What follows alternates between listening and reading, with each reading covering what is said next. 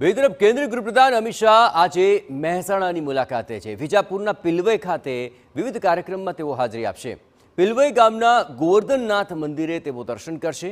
મંદિરમાં મૂર્તિની સ્થાપના પ્રસંગે તેઓ હાજર રહેશે।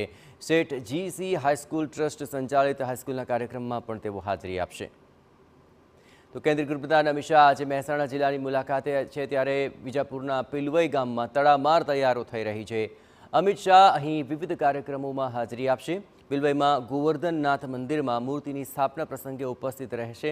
સાથોસાથ શેઠ જીસી હાઈસ્કૂલ ટ્રસ્ટના કાર્યક્રમમાં પણ હાજરી આપશે।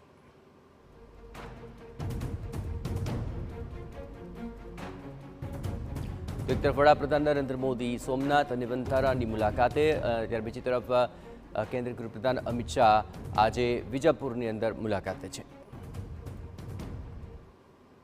આ કોઈ રાજકીય અથવા તો કોઈ સરકારનો પ્રોગ્રામ નથી, પરંતુ પિલવાઈ ગામના મૂળ વતની હોય એવા વૈષ્ણવ સંપ્રદાયના ભાઈઓ દ્વારા વૈષ્ણવ મંદિર બનાવવામાં આવી છે પિલવાઈ ગામે। એ મંદિરમાં કથા અને આરતીનો પ્રોગ્રામ છે, વરઘોડો છે, એમાં હાજરી આપવા માટે આવવાના છે।